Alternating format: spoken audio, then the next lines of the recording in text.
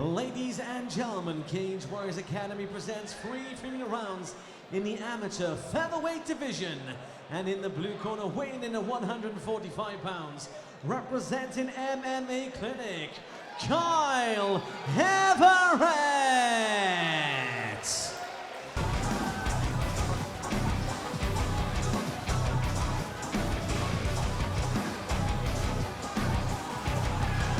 Red corner, weighing in at 145 pounds, representing Combat Institute, Jamie O'Meara.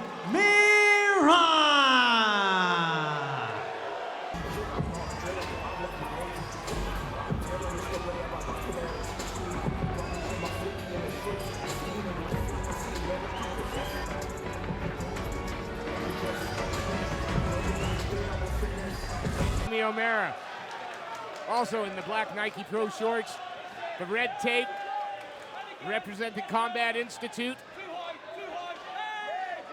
Guys come out trading jabs. It does look like Kyle Everitt might have been in a fight before. One or two, I have a feeling.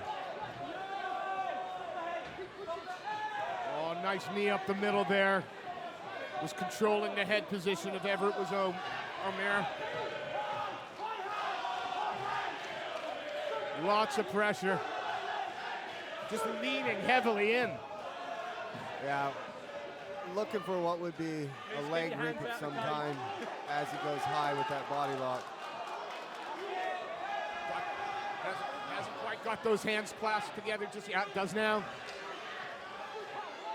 Trying to reap that leg and pull him down. And what he's got to do, though, is change the direction. The way that works is by changing the direction. Uh-oh, his head was in there deep. Yeah, and that gave Everitt the way out. Nice knee up the middle from Kyle Everitt, who now goes in on the single of his own. Trying to ankle pick. And succeeds. Oh, ends up right in that very open half guard.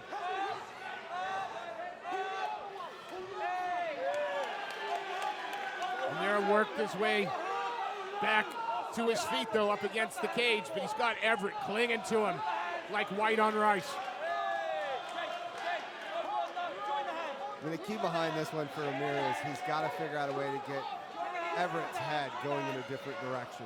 As it is now, it's controlling where his hips are at, and he's not going to be able to either scoot off or be able to turn him. He gave a little look there like that knee might have strayed a bit low, but the referee having none of it. And it looks to me like Kyle Everitt decided to embrace the grind a little bit. When O'Meara gets to way to turn, Kyle's using his momentum to circle all the way back through. It's a really smart move when you're doing wall work. And again, driving in for that single, gonna pick the ankle again. Yep.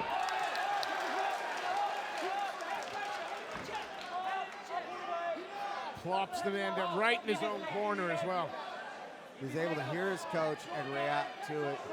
Not sure if he's shaking his head yes or no or not, but his head needs to get up and get up underneath the chin. What O'Meara's using is, by controlling where his head goes, he's able to control the fact that he can't climb the ladder, so to speak.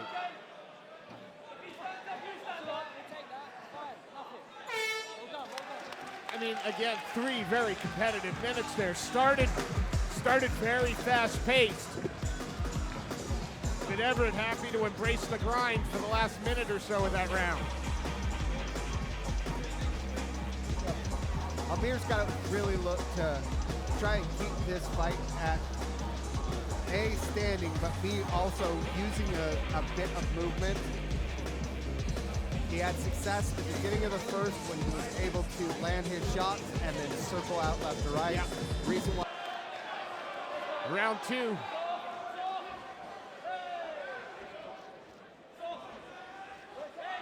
Kyle seems to be happy with biting down on his gum shield and coming forward. Yeah, fighting right inside the pocket.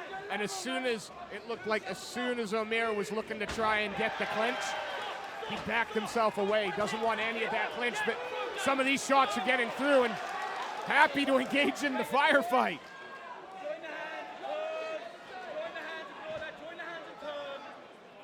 O'Meara wise there. Just stepped that leg out of the way so couldn't be tripped. And this is not where O'Meara wants to be, especially not hands locked, another double leg takedown coming. This time he was able at least to break the lock of the hands on the double, but is still getting that ankle picked. It's just an awkward position to be in. Yeah, he's going to get those hips sucked out. And that. He's trying to see what, I thought he was trying to hold on to a Kimura grip there or something. But it looked like he could have went for a switch right there, especially with where his hips were at, but he was holding the arm, not the inside the leg, so I wasn't sure. Everitt looked happy there to try and settle down in half guard, but Jamie O'Meara went no, and has pushed him off. Now he's got... I mean, Jamie O'Meara's escape there where he turned his back and ended up costing him because he took a left hand right across the jaw, but he's able to recover.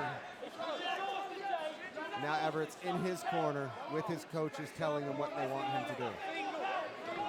A good head pressure there from O'Meara, forced his man down, but Everitt just, again, staying stuck to him.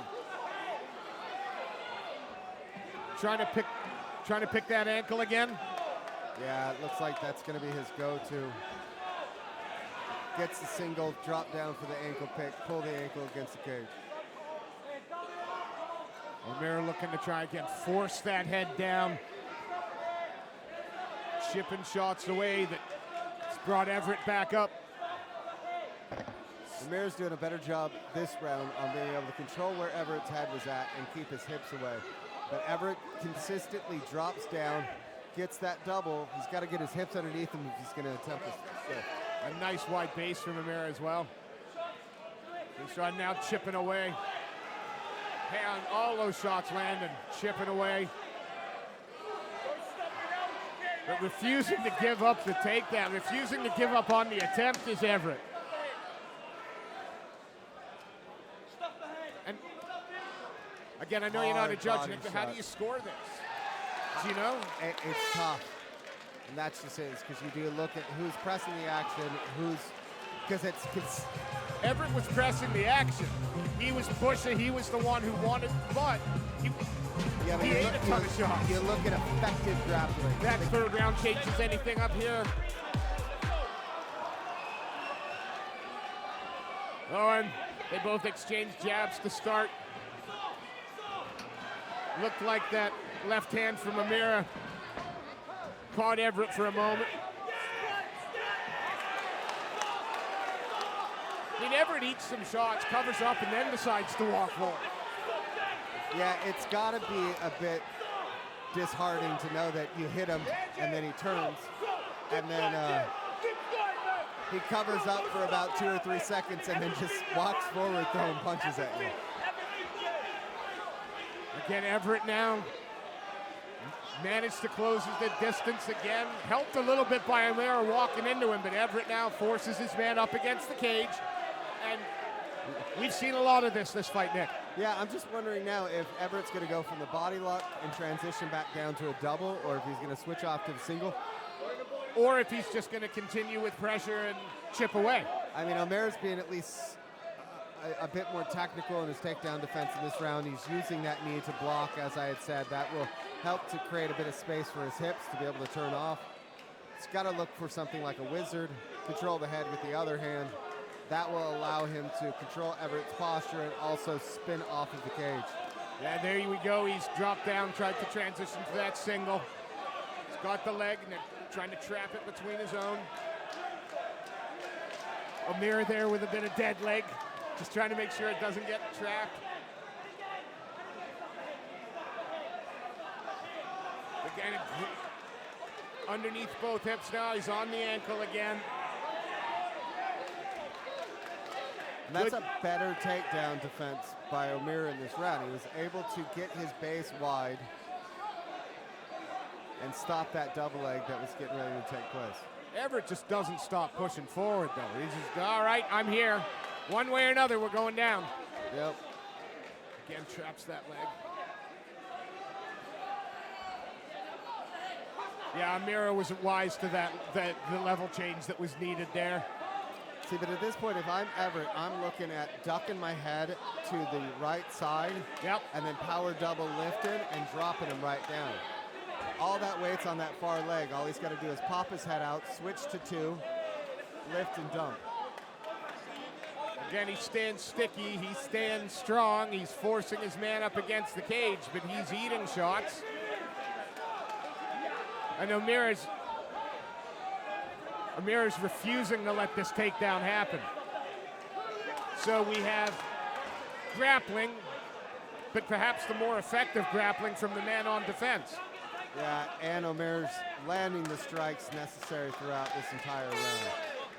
Well, it's going to be a very interesting call for our... Ladies and gentlemen, after 3 rounds of action, we go to the judges' scorecard. The judges scored about 30-27 O'Meara, 30-27 Everitt, and 30-27 for your winner by split decision in the red corner, Jamie O'Meara.